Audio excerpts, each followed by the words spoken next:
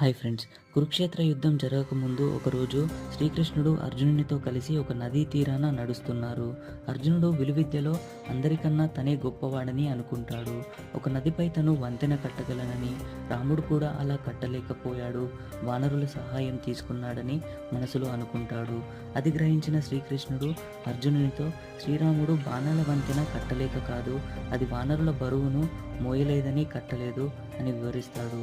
నువ్వు కావాలంటే ఒక వంతెనని నిర్మించు, అప్పటి ఒక వానరుడు ఇంకా బ్రతికే ఉన్నాడు, నేను తనని పిలుస్తానని అంటాడు.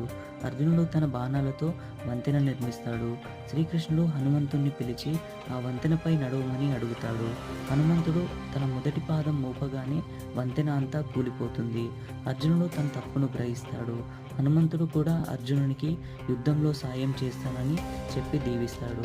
ఈ ఇన్ఫర్మేషన్ మీకు నచ్చినట్టయితే లైక్ చేయండి, ఈ ఛానల్ని సబ్స్క్రైబ్ చేయండి.